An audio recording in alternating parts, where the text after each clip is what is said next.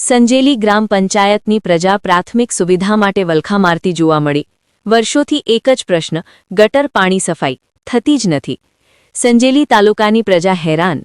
ગટર જામ થતાં ગંદુ પાણી રોડ પર વહેતું થયું। દુર્ગંધને લઈ લોકો ત્રાહિમામ પોકારી ગઈ। તાલુકા વિકાસ અધિકારી સહિત સંજેલી મામલતદારને રજૂઆત કરી સફાઈની માંગ કરવામાં આવી હતી, પરંતુ સંજેલી નગરનું વહીવટી તંત્ર દ્વારા આંખે પાટા બાંધ્યા હોય તેમ જોવાઈ રહ્યું છે। સ્થાનિક પ્રશાસન કાર્યવાહી કરવા માટે નિષ્ફળ જોવા મળી।